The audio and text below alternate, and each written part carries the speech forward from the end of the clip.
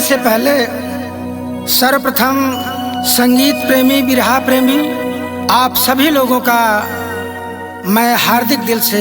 स्वागत एवं वंदन करता हूं। साथ ही साथ आज हमारे अनुज भाई और रोशन बाबू के स्टूडियो में कुछ कहने का अवसर मिला है। सौभाग्य है मेरा और मेरे साथियों का हारमोनियम पर बैठे हुए श्लोकीनाथ और ढोलक पर प्रदर्शन करते हुए मन्नू चंचल तथा साथ में सहयोग देने वाले विनोद कुमार तथा श्याम सुंदर उर्फ सोल्हा, आप सभी भाइयों का मैं आभार प्रकट करता हूं। और एक गीत का अंदाज यह लोकगीत के माध्यम से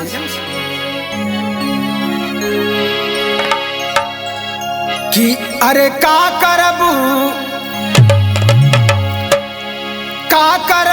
ये भौजी जिला ढाई के,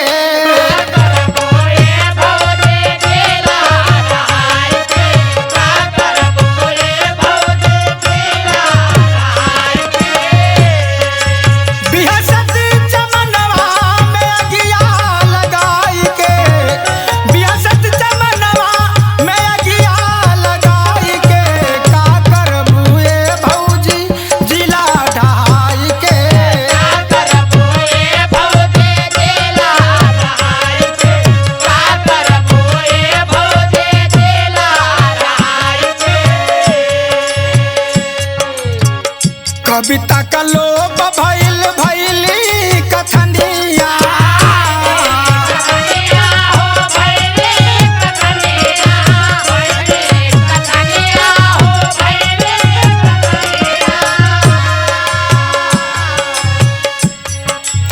बिरहा में आ गईल जब से नचनिया,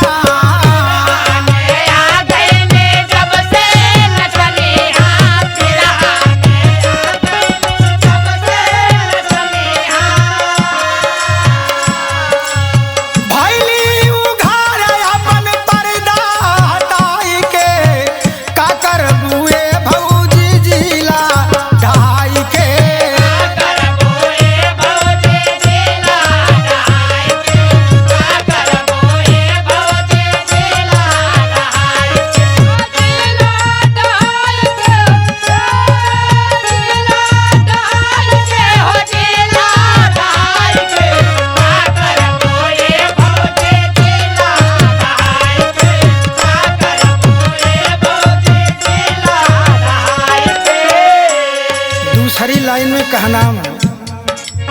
बिरहा में छाया बाती शब्द को छूटल,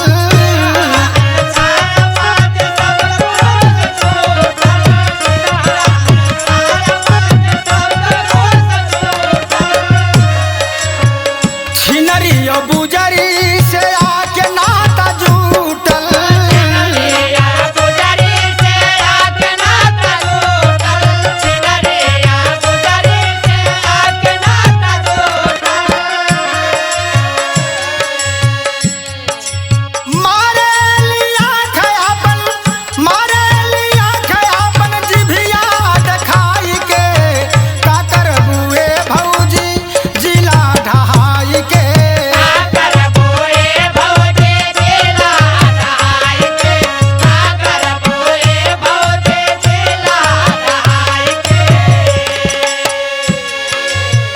पर्दा में राखल रहे घर के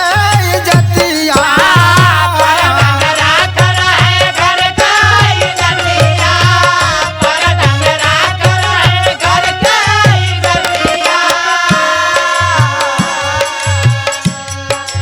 टीवी और सीडी से बिगड़ल अदतिया,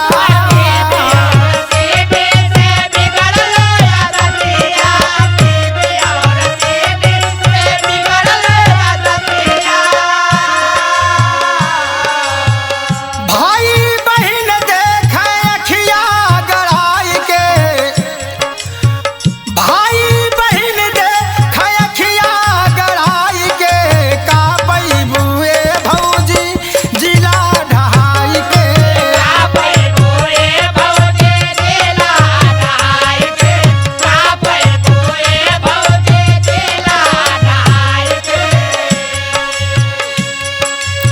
नंगा भोजपुरी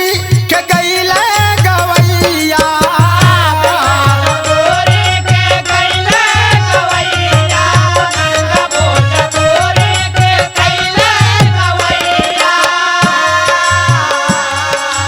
धनसी न खींचे वाला धान लिखवैया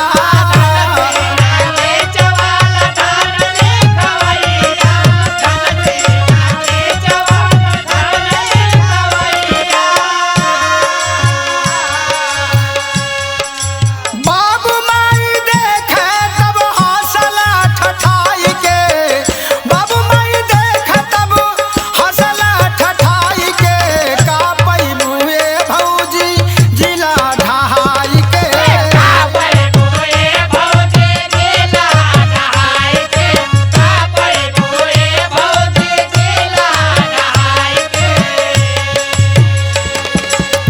आखिरी लाइन में हमारे अखाड़े का परिचय हो।